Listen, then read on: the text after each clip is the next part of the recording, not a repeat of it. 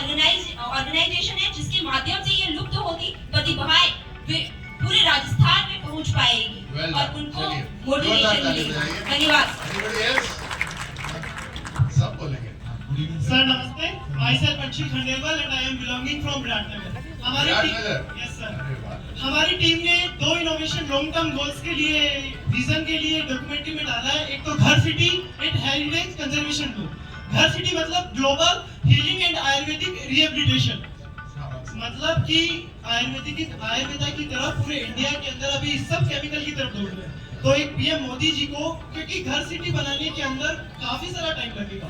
America के अंदर America अपनी सिटी, घर सिटी का मुझे कॉन्सेप्ट नहीं समझ में आया। Global healing and Ayurvedic rehabilitation. वो एक्रोनिम है ये। हां, जैसे हमने हमारा घर है तो हम चाहते हैं कि आयुर्वेदा के अंदर वापस उसका रिहेबिलिटेशन हो। एक है हेरिटेज कंजर्वेशन हो। पिछले साल मैंने 8 राज्यों की यात्राएं की तो उसमें मुझे लगा कि हेरिटेज का कंजर्वेशन नहीं हो रहा, तो इसमें एक डॉक्यूमेंटेशन तैयार होगा कि यूनिवर्सिटीज में एक डिपार्टमेंट खोला जाए, क्योंकि हमारे 75 प्लस जितने भी सीनियर सिटीजन हैं वो बहुत परेशान भी है, और लेकिन उनके पास तो विरासत तो काफी है, उनकी जो पुरानी संस्कृति है, लेकिन युवाओं को तो उस बारे में पता ही नहीं है। यानी विकास और विरासत का संगम एक नई युवा पीढ़ी को जोड़ने का प्रयास। नमस्कार सर, मेरा नाम मनीष सोनाली है। कोई इनसे माइक वापस भी ले लो भाई। मैं पाली राजस्थान से हूँ, पेशे से मैकेनिकल इंजीनियर हूँ सर। एंड हमारा टॉपिक जो है building infrastructure for the future.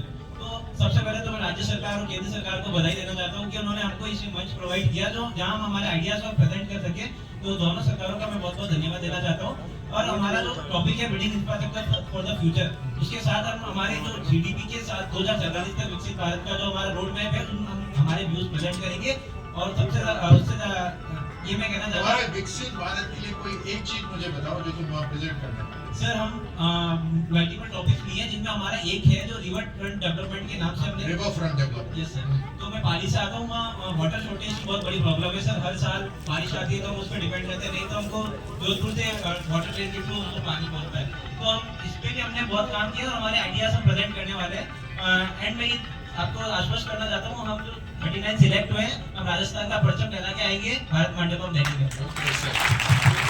तो ये मीडिया के मेरे साथियों को मैं बताना चाहता हूँ, ये है वो 39 हमारे वीर योद्धा जो अलग अलग विषयों के ऊपर तैयारी कर चुके हैं, मुकाबले में ये जीते हैं और अब अपने जाकर विचार राष्ट्रीय लेवल पर दूसरे राज्यों के साथ देंगे, उनको प्रेजेंटेशन देंगे और संभव हुआ तो वहां पे प्रधानमंत्री मोदी जी भी इनकी बात सुनेंगे। बहुत बहुत बधाई आप सभी को, बहुत बहुत शानदार शुभकामनाएं। और ग्रुप है यहाँ पर जिनको जाने का मौका मिल रहा है, उसमें से मेरे ख्याल से फोक डांसिंग, हाँ हाथ खड़े करो, फोक डांसिंग माइक ले जाकर उधर दीजिए। कौन बोलेगा आप में से क्या डांस करती हैं, कितने समय से प्रैक्टिस कर रही थी, कुछ बताइए अपने नृत्य के बारे में हमारे को।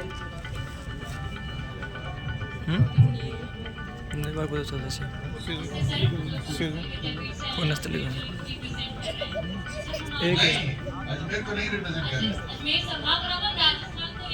राजस्थान को रिप्रेजेंट कर रहे हैं। इनका सिलेक्शन करा है अजमेर के लिए, तुमने ना करा इनका सिलेक्शन। अभी तक हम अजमेर को रिप्रेजेंट कर रहे थे, अब भूल जाओ, अब राजस्थान को याद। चलिए बोलिए। सर हम लोग भव्य नृत्य करते हैं, इसमें हम लोग अपने सर पे चरिया बैलेंस करते हैं और उसमें हम ऊपर वाला जो हमारा चरी होता है उसमें हम आग जलाते हैं, क्योंकि हमारा कल्चर था राजस्थान में पहले लाइट नहीं होती थी और औरतें दूर दूर से पानी भर कर लेकर आती थी, तो इसीलिए हम लोग उनको बैलेंस करते हैं और कई प्रॉप्स यूज करते हैं, जैसे कील पर चढ़ना, तलवार पर चढ़ना और पराते चलाना। जैसे कि तीन तलवार पे जब खड़े हो जाते हैं, कील पे खड़े होते हैं, आपको दर्द नहीं होता? सर वो प्रैक्टिस मैक्सिमम करते हैं, तो वही, और इसमें काफी टाइम लगता है सर बैलेंस करने में, काफी वेट होता है। चलिए, और बड़ा अच्छा तालमेल हमने देखा था जब आप अपने नृत्य का प्रदर्शन कर रहे थे, बहुत तालमेल था आपस में। उसके इतने तालमेल के साथ पीछे भी जब आप चल रही थी तो किसी से टकरा नहीं रही थी।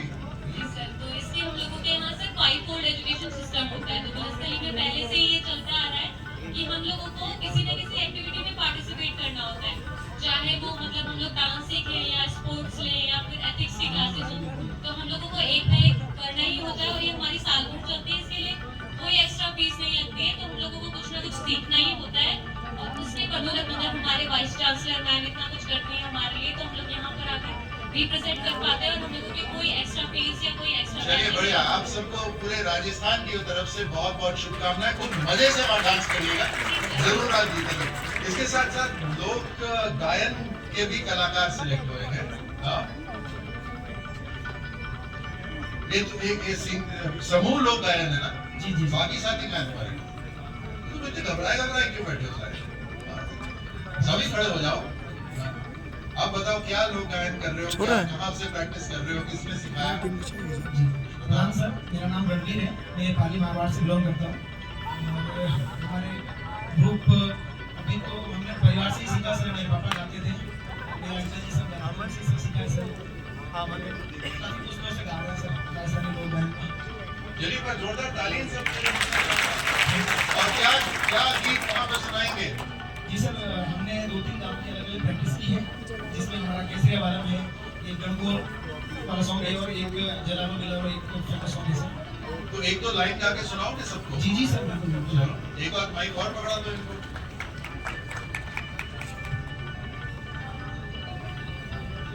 सोनेरी धरती जठे और चांदी आसमान, रंग रंगीलो ओ जिरस भरो मारो प्यारो राजस्थान जी, प्यारो बहुत बढ़िया, बहुत बढ़िया। धन्यवाद और बहुत बहुत शुभकामनाएं सबको। कविता पाठ वाले भी यहाँ पर हैं। कहाँ है कविता पाठ वाले? एक ही है आप? दो है ना? क्या नाम है आपका और कुछ बताइए अपने बारे में। कविता पाठ का शौक कैसे बढ़ा, सब कुछ बताइए।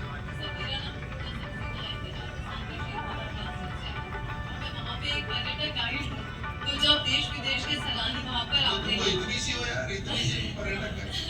जी मैं मिनिस्ट्री ऑफ टूरिज्म से एक गवर्नमेंट का एग्जाम हुआ था, वहाँ पे गाइड लाइसेंस प्रोवाइड करे, तो सर मैंने वो क्वालिफाइड किया है और मैं वहाँ पे Well done, well done.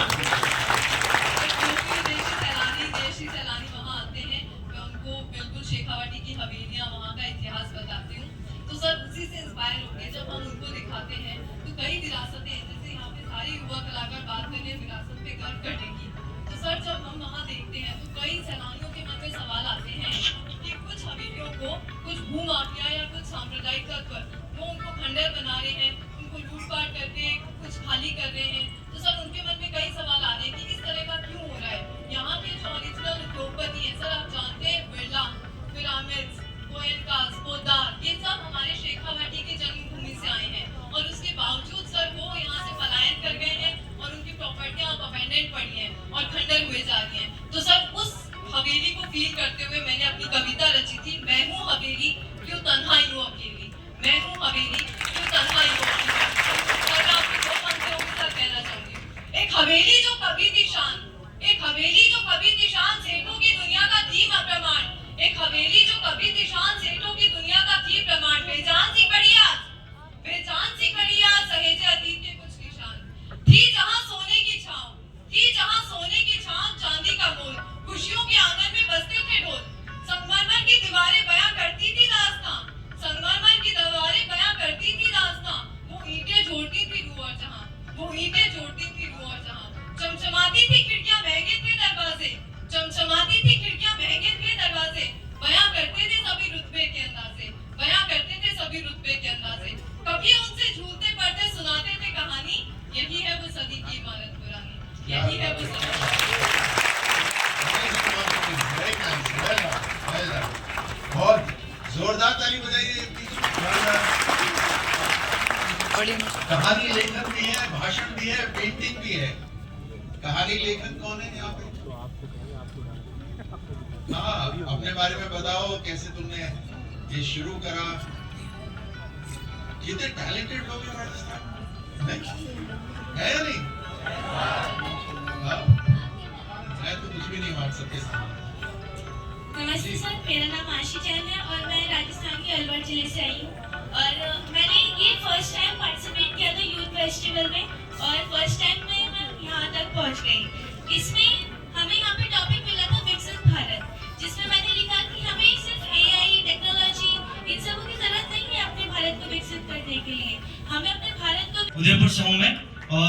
जब शुरू किया था आज से 4 साल पहले बोलना, तो मेरा ये राज्य स्तर पे तीसरा कार्यक्रम है और मैं पहली बार राष्ट्रीय स्तर पर जा रहा हूँ। तो आज हमारा बोलने के लिए धीरज है ना? जी सर। तो धीरज इसीलिए रखा कि बहुत ज्यादा बोलते थे बचपन में, हाँ, कि धीरज रखो। जी सर, मैं बहुत कम बोलता था, लेकिन कुछ समय का दौर ऐसा आया। और ये प्रोत्साहन किसने करा तुम्हें, बोलने का शुरुआत किसने करा? मेरे टीचर थे, गुरु थे, दिनेश जी पंचाल और रजनी मैम करके। उन्होंने मुझे डिक्लेमेशन में खड़ा किया था जब मैं कक्षा 8 में था। तो उन्होंने मुझे नोटबंदी के ऊपर बोलने के लिए खड़ा किया था और आज तक मैं कहीं भी नहीं रुका हूँ इसके बाद। रुके ही नहीं सर। बहुत बढ़िया। आज हमारा टॉपिक था विकसित भारत। मैं शुरू से वो बोलने की कोशिश करता हूँ जो मैं करता हूँ। विकसित भारत पे यशस्वी प्रधानमंत्री जी ने 2 वर्ष पहले अमृतकाल के 5 प्रण लिए थे। कुछ प्रणों में युवाओं के बारे में भी था, लेकिन इस देश में 1/140 करोड़ हिस्सा आप भी रखते हैं और 1/140 करोड़ हिस्सा मैं भी रखता हूँ। आप आपके हिस्से का भारत का निर्माण करेंगे, मैं मेरे हिस्से के भारत का निर्माण करूंगा, तो स्वतः यह भारत विश्व गुरु बन जाएगा। आज हमारा उदयपुर में टीम्स बनी हुई है हमारी, जो ऐसे एरियाज हैं जहाँ पे शिक्षा नहीं पहुंच पा रही है, वहाँ हम ग्रुप्स में बैठ के शिक्षा देने का काम करते हैं। और कुछ संस्थाओं के माध्यम से हम पर्यटन नगरी उदयपुर को साफ सफाई का काम करते हैं। तो हम हमारे हिस्से का काम कर रहे हैं और वही हम बोलने का प्रयास करते हैं। और आप सबसे भी मेरा निवेदन है कि आप जितने भी युवा हैं, युवा तरुणाई यहाँ बैठी हुए, आपके कंधों पे भारत का भार है, कृपया इसे संभाल लेना। बहुत बढ़िया, बहुत बढ़िया।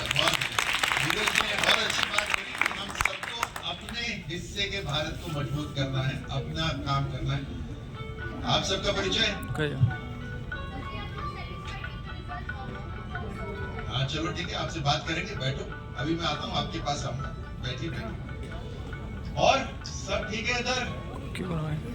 हेलो, पीछे मस्त है सब? कौन नहीं? हाँ, पेंटिंग और